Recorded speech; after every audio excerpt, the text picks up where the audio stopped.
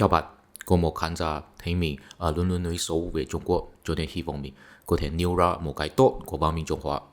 Trong khi mình đang suy nghĩ phải nói gì, may mắn là có một khán giả nêu ra một vấn đề khác.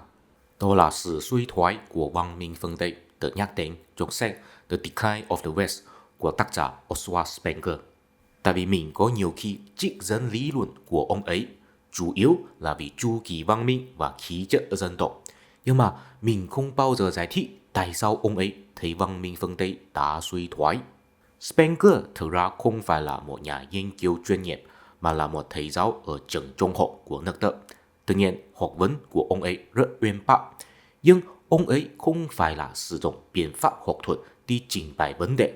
Có nhiều nội dung trong sách là dựa trên sự quan sát cá nhân của ông ấy. Đối với một số người, sự quan sát của ông ấy rất tuyệt vời. Nhưng đối với một số người khác thì thấy đó là ảo tưởng của ông ấy thôi. Mình có ngưỡng mộ sự quan sát của ông ấy, nhưng cũng thấy đó không nhất định có thể giải thích nhiều thứ.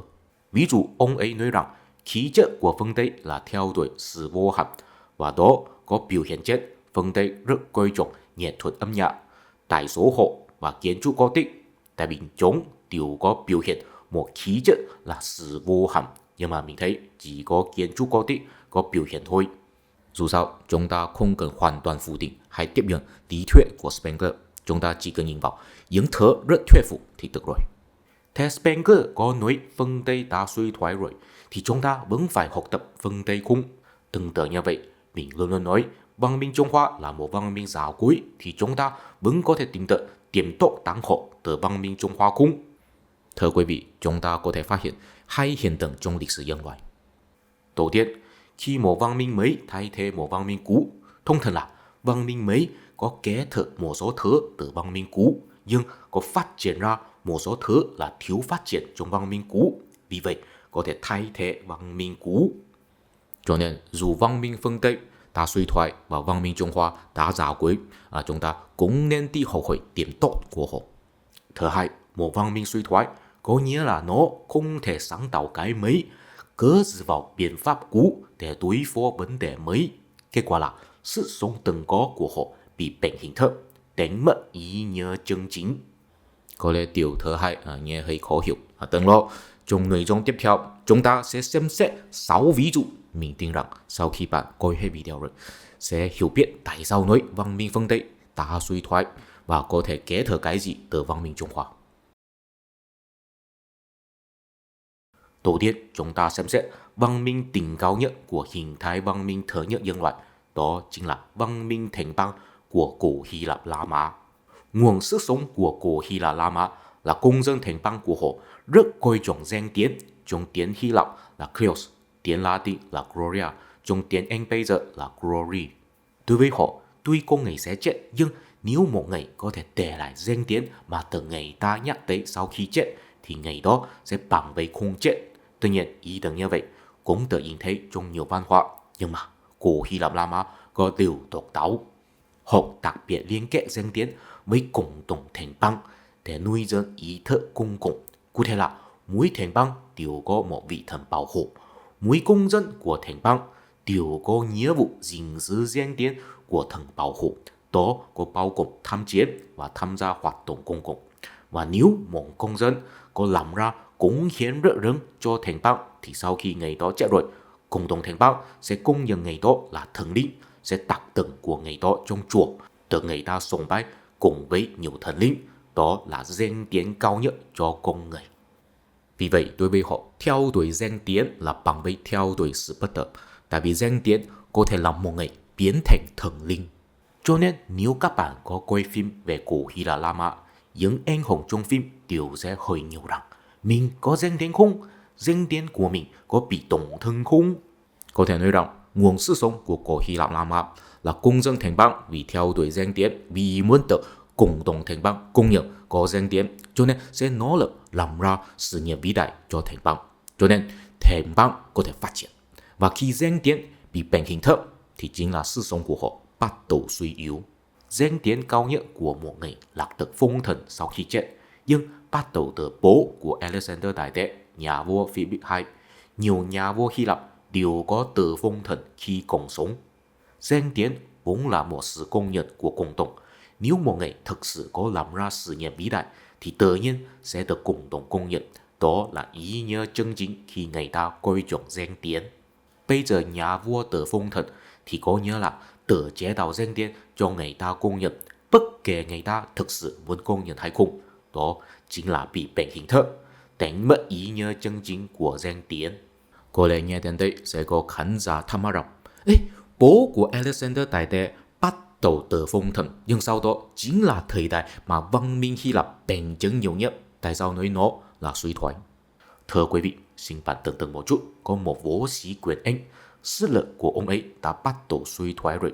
Nhưng mà nếu ở xung quanh vẫn chưa xuất hiện một đối thủ có thể đánh bại ông ấy, thì ông ấy vẫn có thể cứ làm quán quân trên đấu trường. Tương tự như vậy, Alexander Đại Đế cũng có phong thần, nhưng mà chính là ông ấy làm văn minh Hy Lạp bền vững nhiều nhất, tại vì khi đó không có đối thủ. Nhưng mà sau đó La Mã có thể đánh bại Hy Lạp chính là vì La Mã tuân thủ truyền thống, một ngày chỉ có thể được phong thần sau khi chết. Họ tự nhận mình có cuộc sống nghiêm túc nhiều hơn người Hy Lạp, phong khí của người Hy Lạp đã hư hỏng rồi. Nhưng mà đến khi Julius Caesar tạo nên đế quốc La Mã, ông ấy cũng là tự phong thần, và sau đó các nhiệm hoàng đế La Mã đều có làm vậy. Danh tiếng của họ cũng chỉ là một hình thức thôi. Tại sao phải tự phong thần? Tại vì thành bang bền vững rồi, đế quốc xuất hiện rồi. Một thành bang thông thường là có 10.000 công dân, nhiều nhất là 50.000. Cho nên cộng đồng của họ rất nhỏ, cũng là dễ công nhận và đánh giá danh tiếng của thành viên. Nhưng sau khi một thành bang bền vững rồi thì cộng đồng chính trị của họ thì không hẳn là một thành bang rồi, mà là bao gồm người dân của nhiều thành bang khác. Vì muốn duy trì đoàn kết trong nội bộ, nhà vua lựa chọn tự phong thần, tự tạo nên một biểu tượng cho người dân sùng bái. Đó là vì sao sau khi Philip II thống nhất Hy Lạp rồi, ông ấy tự phong thần. Sau khi Julius Caesar thống nhất La Mã rồi, ông ấy cũng tự phong thần. Khi một thành bang biến thành một đế quốc, tình hình thay đổi rồi. Nhưng cổ Hy Lạp La Mã không thể sáng tạo cái mới để đối phó vấn đề mới. Họ sử dụng biện pháp cũ, cụ thể là tận dụng tâm lý là người ta coi trọng danh tiếng để duy trì đế quốc. Nhưng danh tiếng như vậy đã đánh mất ý nghĩa chân chính, cho nên văn minh của họ bị thay thế chỉ là một vấn đề thời gian thôi. Ở phương Đông cũng có một văn minh thành bang rực rỡ, đó là chế độ封kiến của nhà Chu. Nguồn sức sống của họ thì không phải là danh tiếng mà là lễ phép. Trong nhà Chu có nhiều chư hầu quốc, trong mỗi chư hầu quốc có nhiều quý tộc, họ đều phải tuân thủ một lễ phép đẳng cấp tước vị. Cụ thể là lễ phép có quy định rằng một quý tộc theo đẳng cấp tước vị của chính mình có thể hưởng thụ bao nhiêu vật chất. Ví dụ thiên tử có thể sở hữu thổ địa 1.000 cây số vuông, quý tộc bình thường chỉ có thể sở hữu 50 cây số vuông. Cũng có quy định nên được tôn trọng như thế nào. Ví dụ tang lễ của thiên tử là có 7 ngày, quý tộc bình thường chỉ có 3 ngày. Cũng có quy định nhiều lễ phép hành vi, ví dụ đừng gây ồn ào khi ăn cơm, đừng cắn xương. Cũng có quy định nhiều nghĩa vụ đạo đức, ví dụ nếu có một người nhiều tuổi cấp đôi hơn mình thì mình phải coi trọng người đó như bố mẹ. Nếu nhiều năm tuổi hơn thì có thể sáng vai đi cùng nhưng phải phía sau một chút. Nói chung có nhiều quy định rất tỉ mỉ. Thật ra tinh thần chân chính của chế độ lễ phép là chấp nhận mỗi người sinh ra thì không bình đẳng. Những người xuất thân cao quý hơn có thể hưởng thụ nhiều hơn, những người xuất thân hèn hạ thì phải hưởng thụ ít hơn, nhưng đó phải có chừng mực. Cụ thể là không phải cá lớn nuốt cá lớn có thể ăn được bao nhiêu có hạn chế tối đa, cho nên sẽ không thể ăn hết cá bé có thể ăn được bao nhiêu cũng có đảm bảo tối thiểu, cho nên không cần sợ bị ăn hết. Vì vậy cá lớn và cá bé có thể hợp tác nhau, cá lớn có thể chăm sóc cá bé có thể phục vụ cá lớn. Nói nôm na là nếu mỗi ngày đều tuân thủ bổn phận của chính mình thì xã hội sẽ không có xung đột. Cho nên không được nói khắc kỷ phục lễ, ý là khép mình theo lễ nghĩa. Và những lễ phép tỉ mỉ chính là có một chức năng là huấn luyện con người làm quen với sự kiểm soát hành vi và ham muốn của chính mình, huấn luyện ý thức tự kỷ luật. Nhưng mà giống như cổ Hy Lạp, lễ phép của nhà Chu cũng bị bệnh hình thức. Bắt đầu từ thời đại Xuân Thu đã có nhiều quý tộc không tuân theo bổn phận của chính mình. Chư hầu sử dụng lễ phép của thiên tử, quý tộc có địa vị thấp nhưng có thể là mạnh, chiếm đoạt thổ địa của những quý tộc có địa vị cao nhưng có thể là yếu. Càng ngày càng ít người tuân thủ lễ phép nữa. Đến thời đại chiến quốc hoàn toàn là cá lớn nuốt cá bé, thậm chí xuất hiện pháp gia chế giễu lễ phép, nói rằng nhà vua sử dụng pháp luật để động viên người dân đi chiếm lĩnh thổ địa của nước khác mới là công việc chính. Nhà Tần chính là tận dụng pháp gia thống nhất Trung Quốc.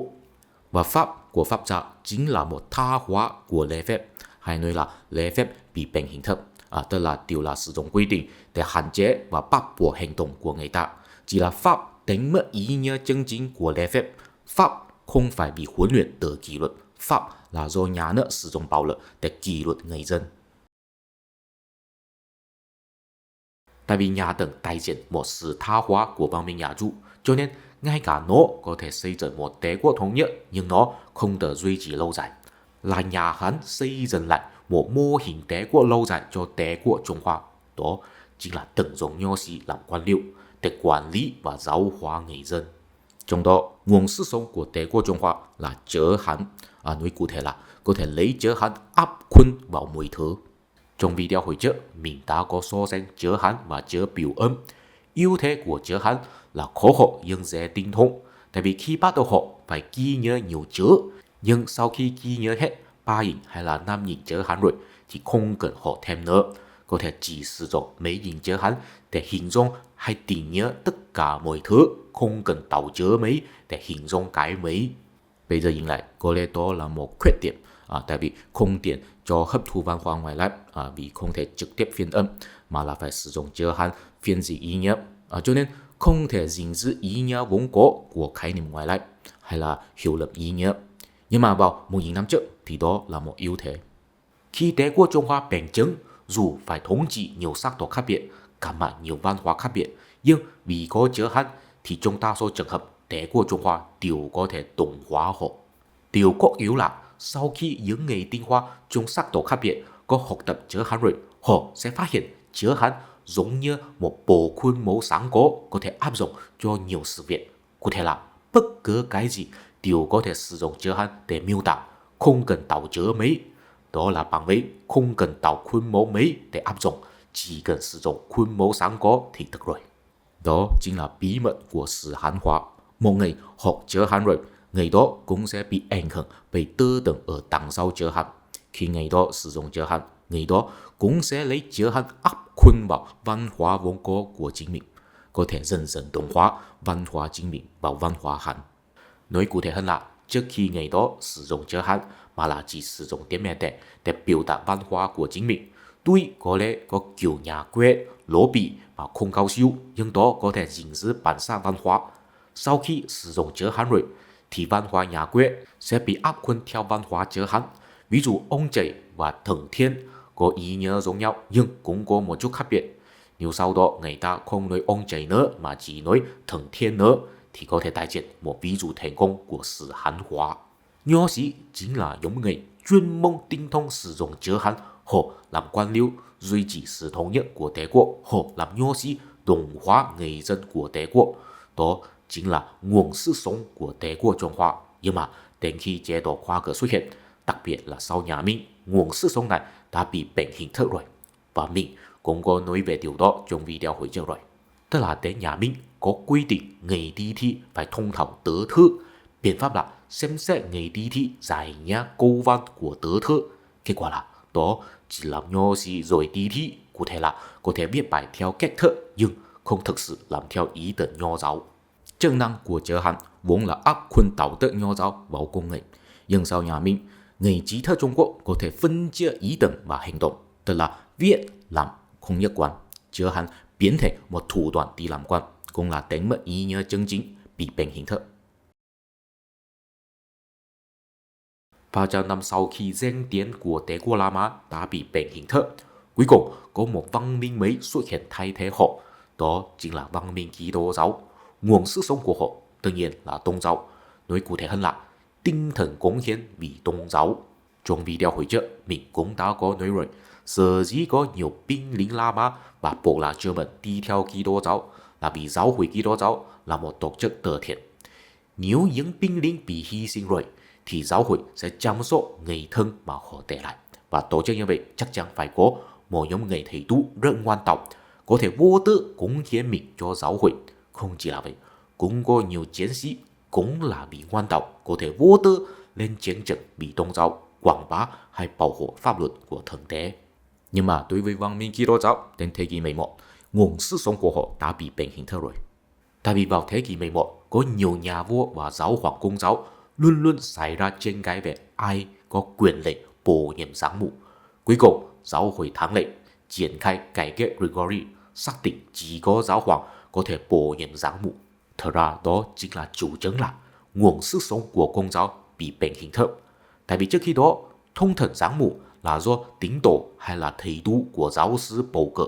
Tín đồ sẽ nhìn thấy ai mới thực sự ngoan đạo và muốn cống hiến. Sau khi chỉ có giáo hoàng có thể bổ nhiệm giám mục, vị trí giám mục đã biến thành công cụ của cuộc đấu tranh quyền lợi và tích lũy tài phú. Tôn giáo như vậy đã có bị biến hình thức rồi. Sau đó giáo hội công giáo càng ngày càng hư hỏng. Đến thế kỷ 14, văn minh Kitô giáo hoàn toàn đánh mất ý nghĩa chân chính của tôn giáo. Tại vì giáo hội bán ơn xá, từng dùng tôn giáo lừa đảo tín đồ góp tiền. Nhưng mà trước khi nói về văn minh hiện đại thay thế văn minh Kitô giáo, chúng ta phải xem xét hình thái đỉnh cao nhất của sức sống tôn giáo. Đó chính là Đế quốc Hồi giáo. Hồi giáo là tôn giáo mạnh hơn Kitô giáo, tại vì họ có thể tạo nên một cộng đồng khổng lồ mà thống nhất tiếp nhận một quyền uy cao nhất. Đó chính là Caliph. Đó là tương tự với Nho giáo, thiên tử là người thống trị tối cao và đại diện duy nhất của thần thiên trên trần gian. Caliph là người kế thừa duy nhất của tiên tri Muhammad, là lãnh tụ tối cao của cộng đồng Hồi giáo.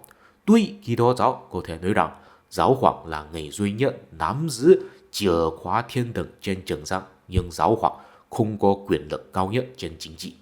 Nhưng mà nguồn sức sống của Đế quốc Nho giáo là giới hạn mà không phải là tín ngưỡng Nho giáo của người dân. Còn nguồn sức sống của Hồi giáo thì thực sự là tín ngưỡng, nói cụ thể hơn là niềm tin của chiến sĩ. Không giống với Kitô giáo và Phật giáo, cuộc bền chấn của Hồi giáo không phải là dựa vào thầy tu đi phục vụ công cộng, mà là chiến sĩ Ả Rập nắm dao cưỡi ngựa hay là cưỡi lạc đà đi chinh phục khắp nơi. Là vì họ, người ta mới có thể cùng nhau tiếp nhận pháp luật của thần tế. Chiến sĩ có thể bị niềm tin cho nên dũng cảm trên chiến trận. Đó chính là nguồn sức sống của Đế quốc Hồi giáo. Giống như sau khi người Hy Lạp bị biến hình thức, có người La Mã đi duy trì văn minh. Khi người Hán bị biến hình thức, có người Tiên Ti đi duy trì văn minh. Khi chiến sĩ Ả Rập bị biến hình thức, có chiến sĩ Thổ Nhĩ Kỳ đi duy trì văn minh. Sở dĩ tiên tri Muhammad sáng lập Hồi giáo là vì nhìn thấy các bộ lạc Ả Rập đánh nhau không ngừng. Sau khi các bộ lạc Ả Rập được thống nhất vào Hồi giáo rồi, những người bị quảng bá tôn giáo cho nên lên chiến trận. Họ là chiến sĩ bộ lạc, họ có tinh thần cao quý, cũng là lực lượng quân sự chủ yếu của Đế quốc Hồi giáo.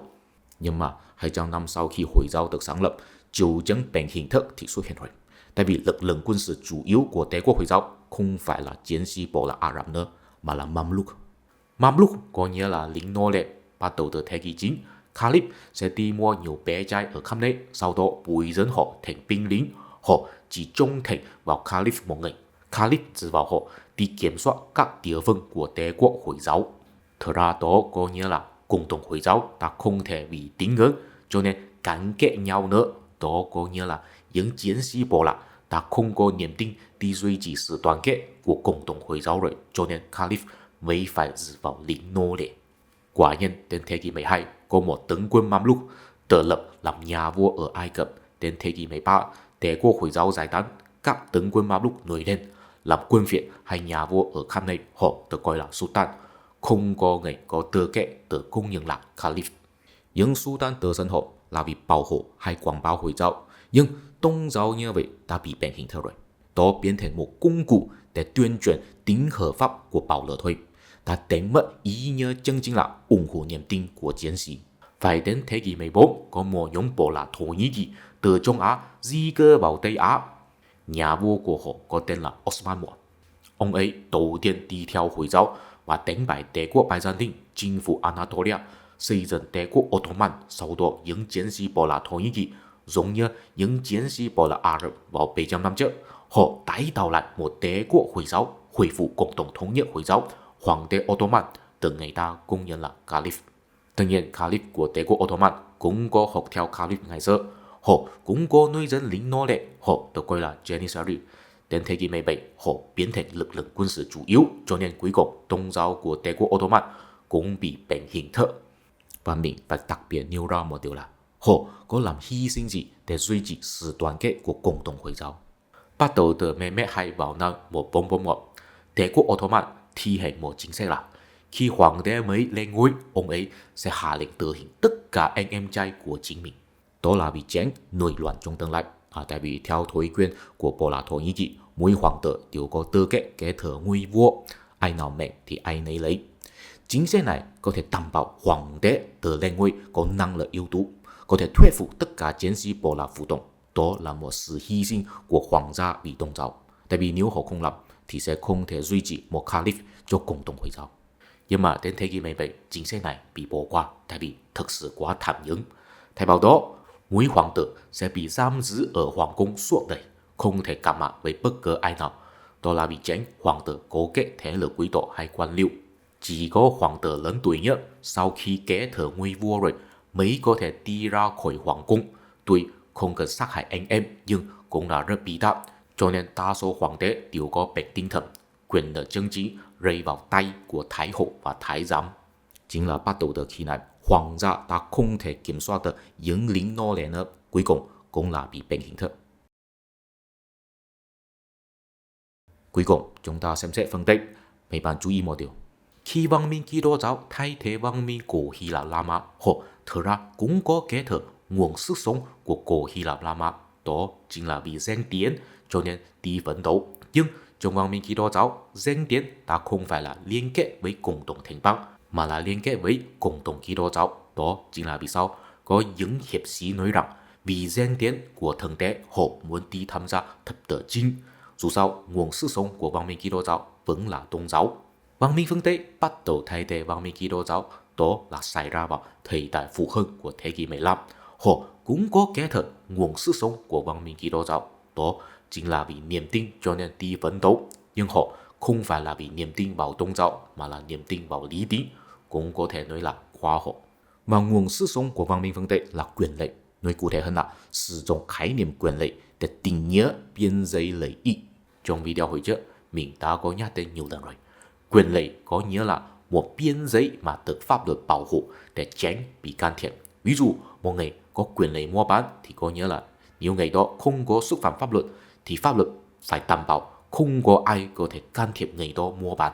Có lẽ đối với một số người, khi nhắc đến phương Tây thì sẽ nghĩ tới chủ nghĩa tư bản và nghĩ rằng đặc trưng của phương Tây là những mệnh yếu tố thực chất. Thật ra thực chất là kết quả, không phải là nguyên nhân của nguồn sức sống phương Tây. Ưu thế của phương Tây thật ra là họ có sở hữu bộ máy nhà nước rất hiệu quả. Mấy bạn chú ý, hiệu quả không nhất định chuẩn chế cũng không nhất định hiệu quả. Trong video hồi trước, mình cũng nhắc đến nhiều lần rồi. Văn minh phương Tây là xứ sở của quốc gia dân tộc. Đặc trưng của quốc gia dân tộc là có một quốc hội đại diện ý chí của dân tộc để chế định pháp luật, sau đó có chính phủ chấp hành pháp luật. Và nguồn cốt của quốc hội là một không gian đàm phán giữa nhà vua và quý tộc, sau đó cũng bao gồm bình dân có nhiều tài phú. Sở dĩ họ phải đàm phán thông thường là vì nhà vua muốn tăng thuế, cho nên phải tranh thủ sự đồng ý của người ta. Trong quá trình đàm phán, tất nhiên phải xem xét có thể lấy thuế từ đâu, vì vậy sẽ có trường hợp như sau. Ái kênh, tất nhiên họ là nơi mại lộ. Tôi có thấy bạn có bán rượu vang, hình như bạn có bán rất nhiều, có kiếm được nhiều tiền. Bây giờ nhà nước có gặp khó khăn, phải đi chiến tranh với nước hàng xóm. Bạn cho tôi lấy thuế từ sự kinh doanh bán rượu của bạn được không? Thưa vua, tất nhiên là có thể, nhưng mà xin vua đáp ứng tôi một điều. Bây giờ tôi chỉ có bán rượu vang ở phong địa của tôi thôi. Nếu vua cho phép tôi bán rượu vang trên thổ địa của vua thì tôi sẽ đồng ý để vua lấy thuế. Nếu hai bên thỏa thuận thì trong pháp luật sẽ có ghi chép rằng người bán rượu vang đó có quyền lợi bán rượu vang ở đâu. Thì trong tương lai nếu có ai can thiệp hay ngăn cản người đó bán rượu vang thì nhà vua phải bảo hộ quyền lợi của người đó. Sự bán rượu vang là một lợi ích, quyền lợi bán rượu vang là một biên giới lợi ích được pháp luật bảo hộ. Chính là trong quá trình như vậy, nhà vua có thể phát hiện càng nhiều sự kinh doanh kiếm tiền trong xã hội, xác định biên giới lợi ích của chúng và tăng thêm kênh lấy thuế từ chúng, sau đó thậm chí hỗ trợ chúng kiếm tiền nhiều hơn. Sau đó nhà vua có tiền thuê nhiều người, chuyên môn làm việc trong bộ máy nhà nước. Đến khi địa vị quốc hội cao hơn nhà vua rồi thì bộ máy nhà nước sẽ từ phục vụ nhà vua chuyển sang phục vụ cái mà gọi là dân tộc. Có thể định nghĩa biên giới lợi ích rõ ràng trong pháp luật và có một bộ máy nhà nước hiệu quả đi bảo hộ. Đó chính là nguồn sức sống chân chính của văn minh phương Tây. Quay trở về vấn đề đầu tiên, tại sao nói rằng phương Tây đã suy thoái rồi? Tại vì ngoài sử dụng khái niệm quyền lợi để giải quyết vấn đề ra, phương Tây đã không thể đưa ra biện pháp mới để giải quyết vấn đề mới rồi. Quyền lợi là biên giới lợi ích mà do pháp luật quy định. Pháp luật là chế định trong quốc hội. Khi bắt đầu, chỉ có những người có tư cách tài sản nhất định mới có thể đi bầu cử hay làm nghị viện. Đó là dựa trên giả định rằng chỉ có họ mới có thể sáng tạo lợi ích cho quốc gia. Quốc gia tất nhiên phải bảo hộ lợi ích của họ. Vì vậy, quốc hội tự xưng mình đại diện ý chí của dân tộc, trên thực tế thì là đại diện ý chí của những người có tư cách tài sản nhất định. Nhưng mà bắt đầu từ thế kỷ 19, phương Tây xuất hiện phong trào yêu cầu hủy bỏ tư cách tài sản để mỗi đàn ông đều có quyền lợi bầu phiếu. Sau đó đến đầu thế kỷ 20, thậm chí yêu cầu để mỗi đàn bà có quyền lợi bầu phiếu. Thật ra, sở dĩ có phong trào mở rộng quyền lợi bầu phiếu đó là vì khoảng cách giàu nghèo trong nước rất nghiêm trọng. Cách giải quyết của phương Tây là để người dân có quyền lợi bầu phiếu. Đó là vì muốn đưa ra một thông điệp cho rằng bây giờ mỗi người đều có thể đi bầu phiếu rồi, đều là một phần của dân tộc mà do quốc hội đại diện. Đừng nói mình là bị người giàu có bóc lột nữa, tự đi bảo hộ quyền lợi của chính mình. Mấy bạn chú ý, quyền lợi vốn là có một hoạt động cụ thể trước, và có người thấy hoạt động đó sẽ mang lại lợi ích, cho nên yêu cầu nhà nước định nghĩa hoạt động đó là một quyền lợi trong pháp luật. Vì vậy, mỗi quyền lợi đều có tương ứng với một hoạt động mà có thể mang lại lợi ích. Thế nếu có một quyền lợi nào đó không có ai đi làm hoạt động mà quyền lợi đó tương ứng, cũng không có mang lại lợi ích tương ứng, thì quyền lợi đó là bị biến hình thức. Sở dĩ để mỗi người có quyền lợi bầu phiếu là vì để mỗi người đều có cơ hội để tạo áp lực cho dân tộc, đi bảo hộ lợi ích của chính mình. Và chúng ta có thể phát hiện, không phải mỗi người đều hiểu biết lợi ích của chính mình. Sở dĩ vào 100 năm trước, Oswald Spengler nói rằng phương Tây đang suy thoái là vì ông ấy nhìn thấy chủ nghĩa dân tộc cực đoan đã xuất hiện, đặc biệt là sau khi nhìn thấy sự khốc liệt của chiến tranh thế giới thứ nhất. Tại vì mỗi người đều thấy mình có quyền lợi yêu cầu dân tộc hành động như thế nào. Kết quả là có nhiều người sinh ra sự đam mê của chủ nghĩa dân tộc. Vì vậy, tạo áp lực cho dân tộc làm ra hành động mà không nhất định phù hợp với lợi ích của dân tộc. Ví dụ người Đức muốn bình chứng dân tộc German, người Nga muốn bảo hộ phẩm chất của dân tộc Slav, cho nên xảy ra chiến tranh thế giới thứ nhất. Mấy triệu người bị chết, đó có phù hợp với lợi ích của dân tộc không? Sở dĩ nói phương Tây đã suy thoái chủ yếu là vì người phương Tây không có tận dụng quyền lợi của mình và mang lại lợi ích tương ứng. Cho nên bây giờ người ta thấy có nhiều người phương Tây có sự đam mê chính trị cực đoan, cũng là thấy đó là chủ trương suy thoái. Cuối cùng, vẫn có một vấn đề, đó là văn minh Trung Hoa có gì đang hoạt động. Trong nội dung ở trên, mình cũng đã có nói rồi, nguồn sức sống của văn minh Á Châu là có thể sử dụng lễ phép để huấn luyện tự kỷ luật. Nguồn sức sống của Đế quốc Trung Hoa là có thể sử dụng giới hạn để áp khuôn vào mọi thứ. Mình thấy Nhật Bản có kết hợp cả hai sức sống này một cách rất tốt. Tại vì chế độ truyền thống của họ là chế độ phong kiến, giống như nhà Chu hơn. Cho nên quý tộc của họ có gìn giữ truyền thống là sử dụng lễ phép để huấn luyện tự kỷ luật. Sau khi họ bắt đầu hiện đại hóa, quý tộc của họ có tận dụng trường học để huấn luyện người dân giống như họ có lễ phép. Và Nhật Bản cũng có gìn giữ sử dụng giới hạn. Bây giờ, đa số khái niệm ngoại lai trong tiếng Trung cũng bao gồm tiếng Việt. Thực ra là người Nhật Bản sử dụng giới hạn để phiên dịch. Nhưng mà mình thấy giới hạn có nguy hiểm bị bệnh hình thức. Cụ thể là không thể phiên dịch được ý nghĩa vốn có của khái niệm ngoại lai, mà là làm người ta hiểu hời hợt hay hiểu sai lầm theo ý nghĩa của giới hạn. Ví dụ chính trị, xã hội hay tự do đều không thể biểu đạt ý nghĩa chân chính của politics, society và liberty. Nhưng mà dù sao, văn minh Trung Hoa rất lâu dài, cho nên cũng có một số giới hạn có ý nghĩa sâu sắc, đặc biệt là liên quan đến tính tình của con người. Tại vì văn minh Trung Hoa rất coi trọng đạo đạo con người. Ví dụ格局và气量, từ Hán Việt là kết cục và khí lượng. Tiếng Anh không thể phiên dịch được, tiếng Việt cũng không được. Nói một cách hời hợt, khả năng và tầm nhìn của con người. Bây giờ nếu hồi văn hóa Việt Nam có thể học tập cái gì từ văn minh Trung Hoa? đầu tiên là lễ phép. Bây giờ ta không phải là thời đại phong kiến nữa, không có quý tộc nữa, cho nên mình thấy đi bắt chước những lễ phép truyền thống Trung Hoa cũng không thực tế lắm. Nhưng mà có thể học tập tinh thần mà sử dụng lễ phép để huấn luyện thói quen tự kỷ luật. Có lẽ có thể đi tìm hiểu những lễ phép tự ghi chép trong sử liệu Trung Quốc, đặc biệt là trong kinh lễ, sau đó thấu hiểu nguyên lý ở đằng sau.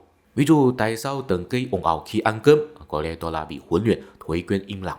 Tại sao phải đi phía sau một chút khi đi sáng vai với người lớn tuổi hơn mình, có lẽ đó là bị huấn luyện có thói quen luôn luôn tôn trọng người ta, vân vân. Thứ hai là chữ Hán.